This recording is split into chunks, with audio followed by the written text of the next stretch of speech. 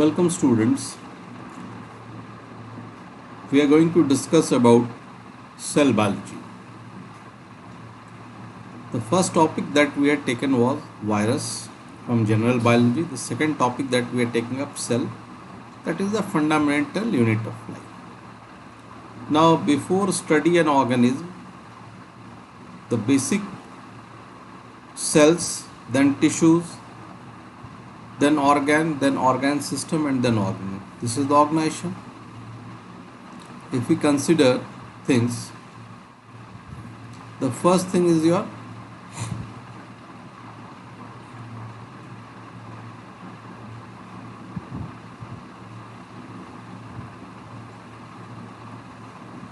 cell,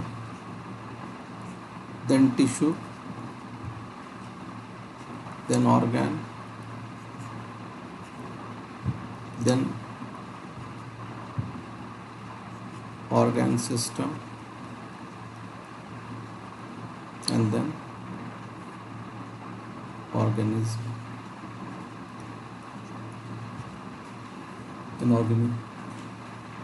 So the fundamental unit of life is cell. All the multicellular organisms are made up of, finally, cells. Similar cell form tissue. Group of tissues form an organ. A group of organ forms an organ system, and different organ system together forms the organism. So the basic structure starts from the cell. The basic structure starts from the cell.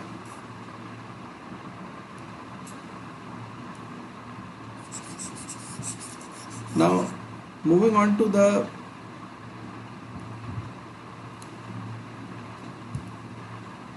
aspects of cell.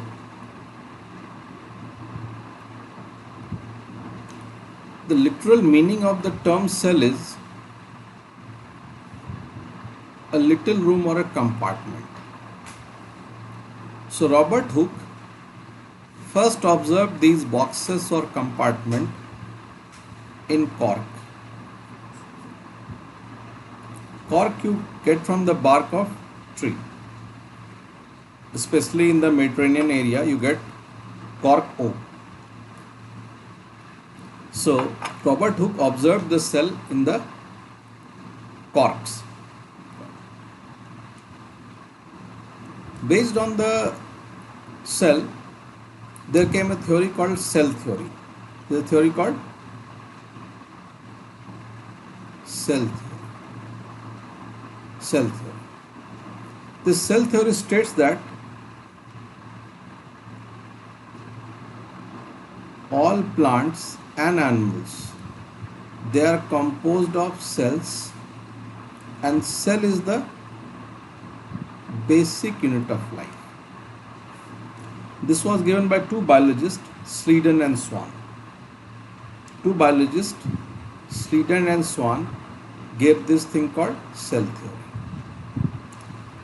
Another thing was added into it was Virchow. He added that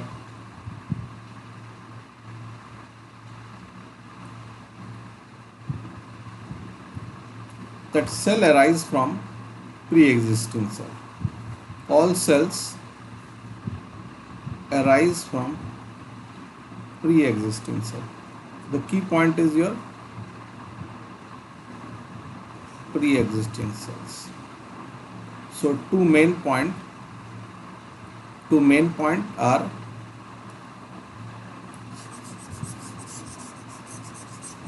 first is all the organisms are made up of cells, that is the basic unit of life. Cell is the basic unit of life. And second component is your cells arise from pre-existing. These are two basic. Now the study of cell biology expanded with the expansion in microscopes. The beginning microscope were crude, so we could not see very small things. the beginning microscope, we were able to observe the major structure inside the cell wall and the thing. And then came electron microscope. Electron microscope enabled the scientist to see things at very small scale. Electron microscope can help you see things at angstrom level. Angstrom level. Angstrom is 10 to the power minus 10 meter. So now we are able to see very small things. Other things that were utilized to study the very smaller component and even molecular structure in detail is X-ray crystallography. X-ray crystallography. So in X-ray crystallography, you produce a pure crystal of the substance, say DNA or ribosome, anything you study. Then you put X-ray on it, and this is recorded on a photographic plate in the forms of dot. And then you use mathematical equation to find out the arrangement of atoms. To find out the arrangement of atoms.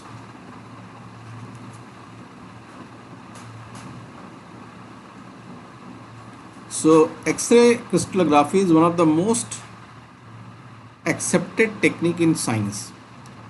You can study the molecular structure, say diamond, graphite, coal, all are made up of carbon, but the difference is in the arrangement of the carbon atom. So using this technique, X-ray crystallography, you can study things at molecular scale. You can study things at molecular scale and also study the arrangement of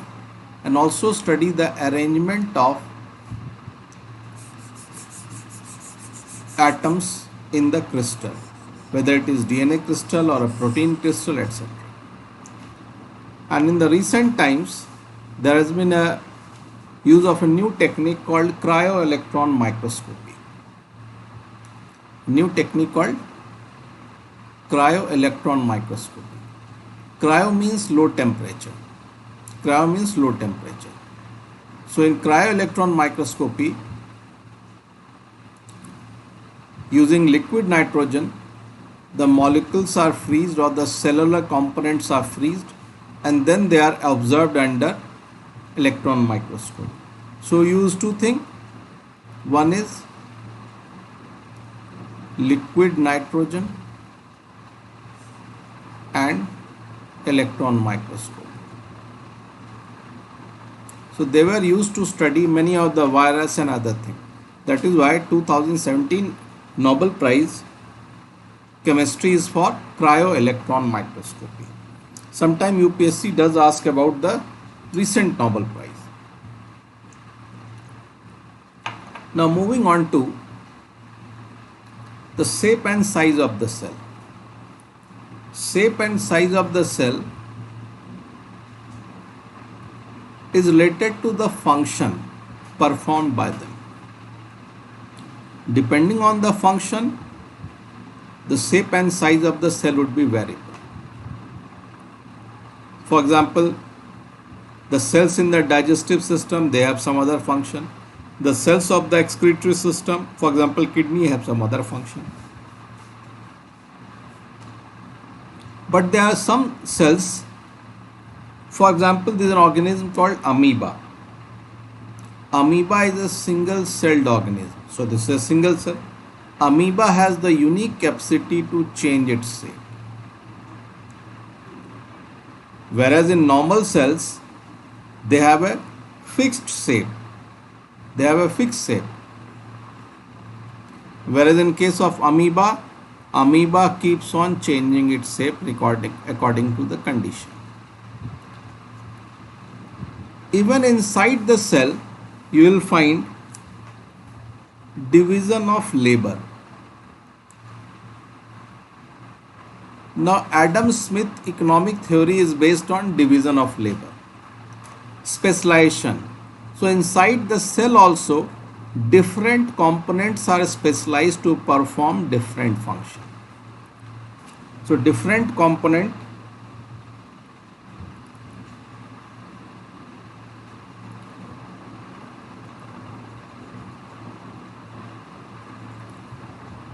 performing different functions.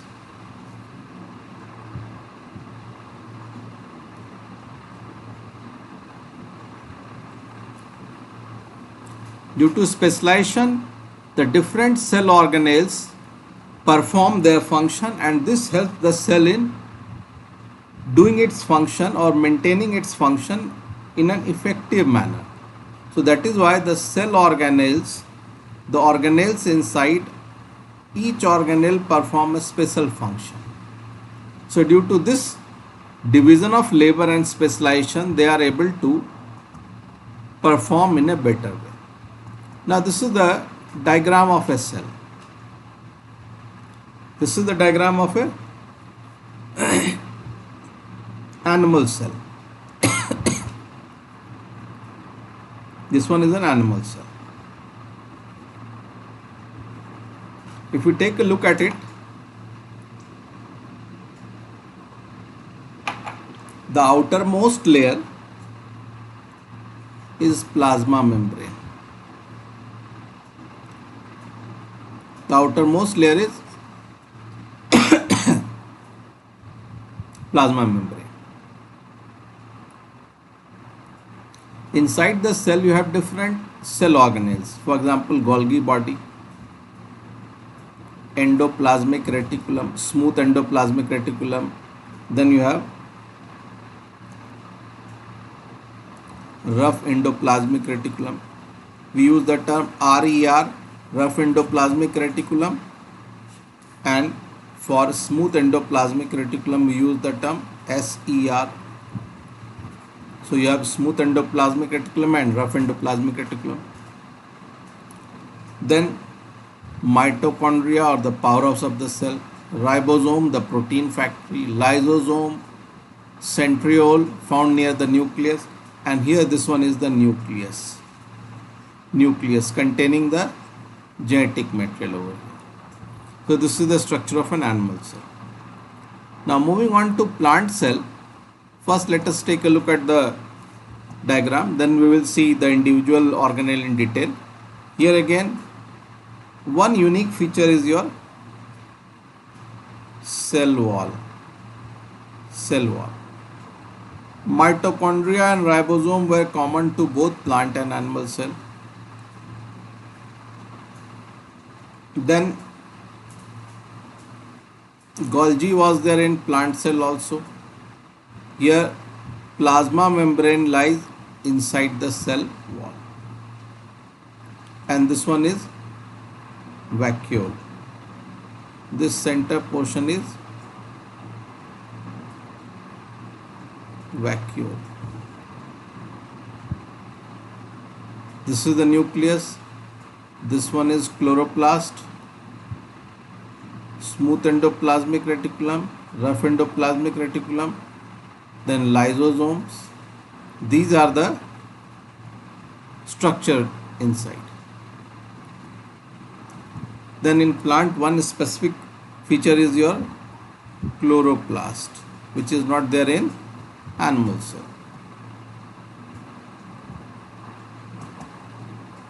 Now the first, let us begin with plasma membrane or cell membrane. Plasma membrane or cell membrane. Let us begin from here. Plasma membrane or cell membrane. This is the outermost covering of the cell. Plasma membrane is what? Outermost covering of the cell. And this separates the primary function of plasma membrane is to maintain the internal environment of the cell. So outside the cell the condition is something else, inside the cell condition is something else. So this helps in maintaining the internal environment of the cell. This plasma membrane is semi-permeable, and therefore plasma membrane allows or allows the entry and exit of some material in and out of the cell. So it is semi-permeable. We use the term plasma membrane is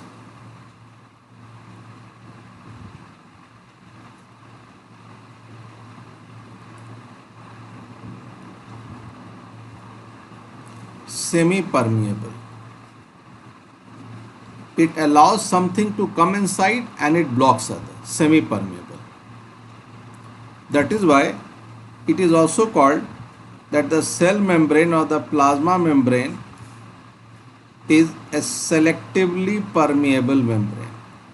It means it allows, say, X can move inside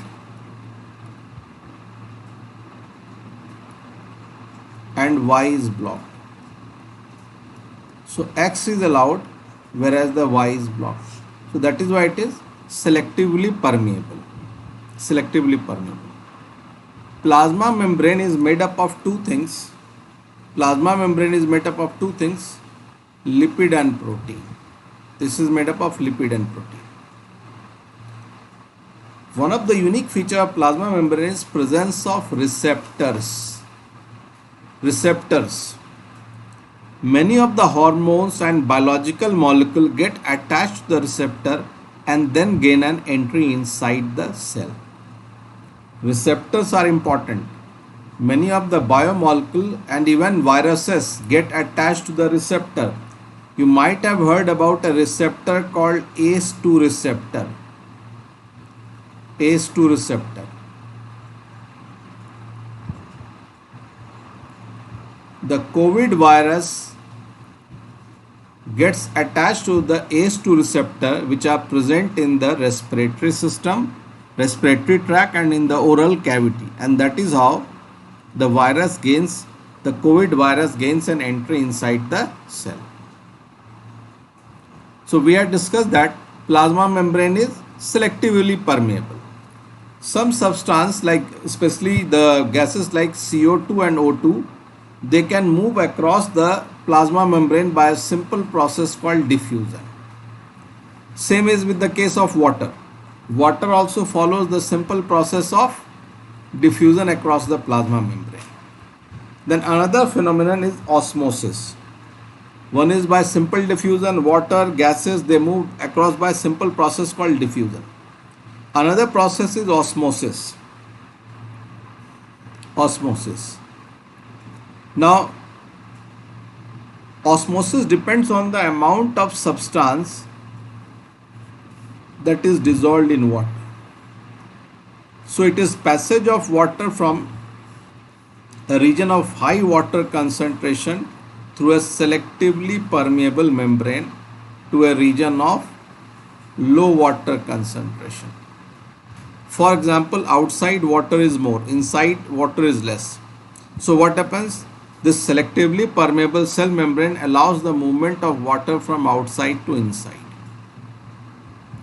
Most of the unicellular organisms and plant cell, they gain water by the process of osmosis. The roots and other, they gain water by the process of osmosis. Same in case of your roots. The root cell absorb water by osmosis. The flexibility, particularly in case of amoeba, if you remember, we had discussed while we were discussing this topic, we discussed that amoeba can change its shape. So the cell membrane or the plasma membrane is flexible. So the flexibility allows the amoeba to engulf in food and other material from its external environment. And this process is called endocytosis. This is called endocytosis. And amoeba acquires its food through such process. Amoeba acquires the food through such process.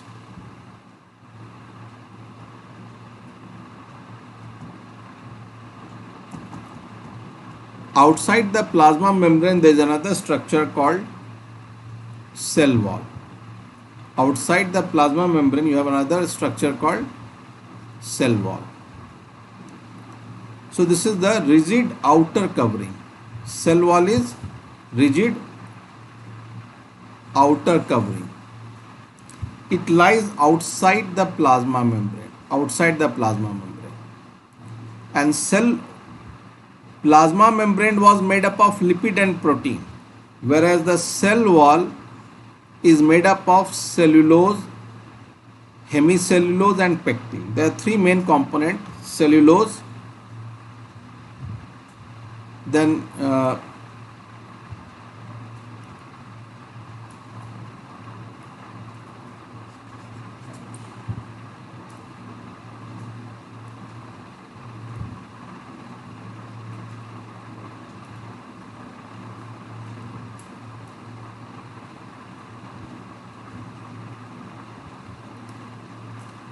hemicellulose, and third is pectin. So plasma membrane has cell membrane has three major components: cellulose, hemicellulose and pectin. Now this cellulose is a complex substance, and this gives structural strength to the plant cell. That is why the cells of plant, fungi and bacteria can withstand very dilute external medium. The strength is provided by this cell wall. Otherwise the cell would burst. If you keep a animal cell in a dilute solution, the water will move inside by osmosis and it will burst open. Whereas plant cell do not burst open. Why? Because of this cell wall. That is why the plant cell have greater capacity to survive in a rough environment. They can survive in rough environment.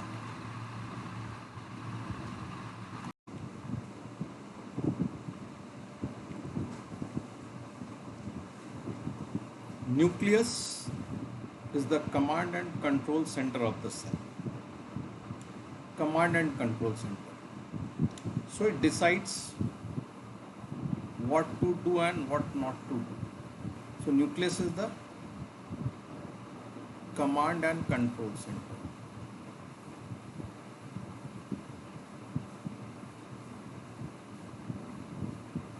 Control center.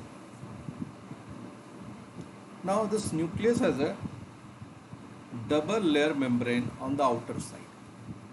There is double layer covering, and this is called nuclear membrane. And this nuclear membrane has pores. This has pores. This allows the transfer of material from inside the nucleus to the outside. So things can move from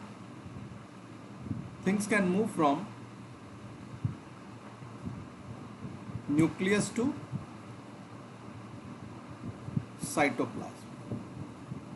Things can move from nucleus to cytoplasm.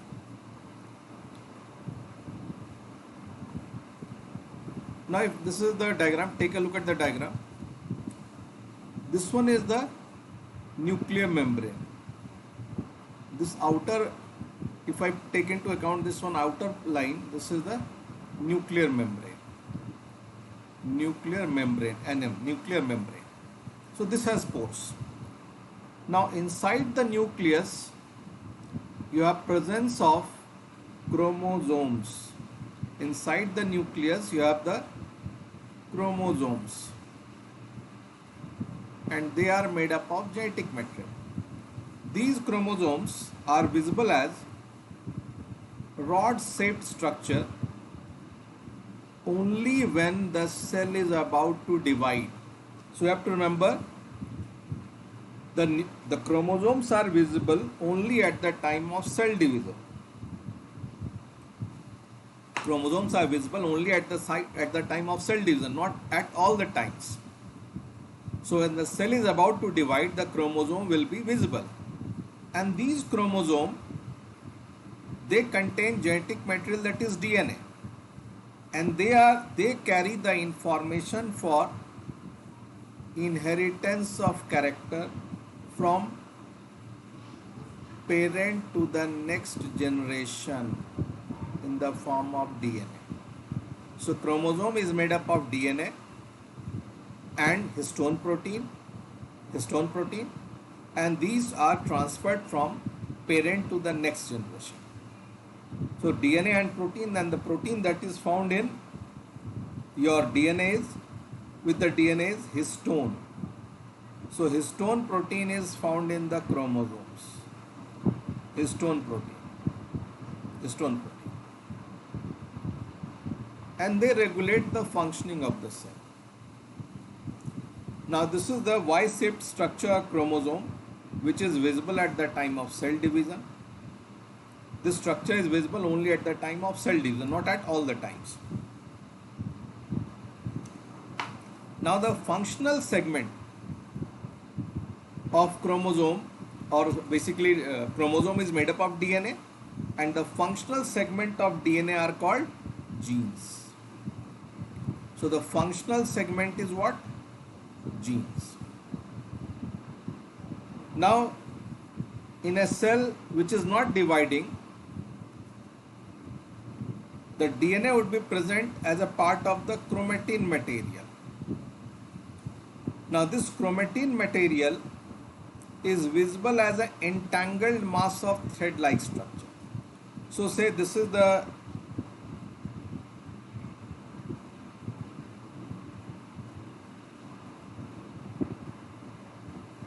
cell, this is the outer wall of the cell.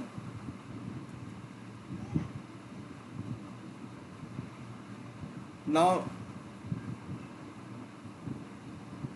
so this is the nucleus, and here thread-like structure is present. This entangled thread-like structure is your chromatin. When the cell is not dividing, the DNA is present as chromatin. This is an entangled mass of thread. This is present as an entangled mass of thread, and this is there when the cell is not dividing.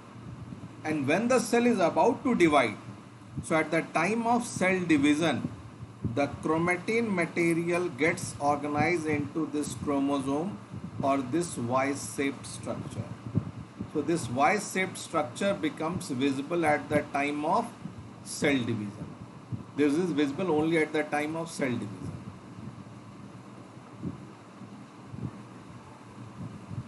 In bacteria, the nuclear region of the cell is poorly defined. There is no distinct nuclear membrane. So nuclear membrane is not distinctly present in case of bacteria. Bacteria poorly defined. Why nucleus is poorly defined? Due to absence of nuclear membrane. Whereas in case of a normal cell, the outer covering of the nuclear membrane defines the nucleus. The genetic material is present inside the nucleus. And such organisms who lack a clearly defined nuclear membrane are called prokaryotes. So organisms where a clearly defined nuclear membrane is lacking, they are called prokaryotes.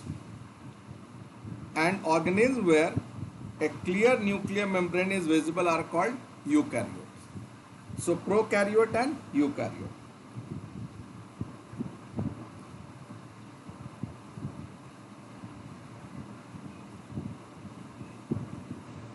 Undefined nuclear region, this is called nucleoid, and the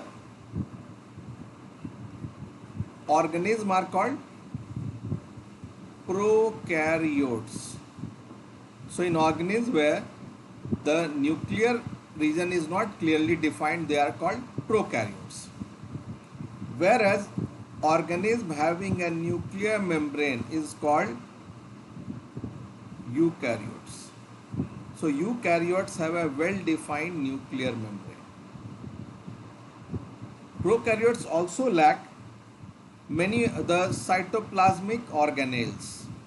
They also lack cytoorganelles, whereas eukaryote have cytoplasmic organelles. So organelles are a form of labor division. The function of the cell is distributed. The function of the cell is distributed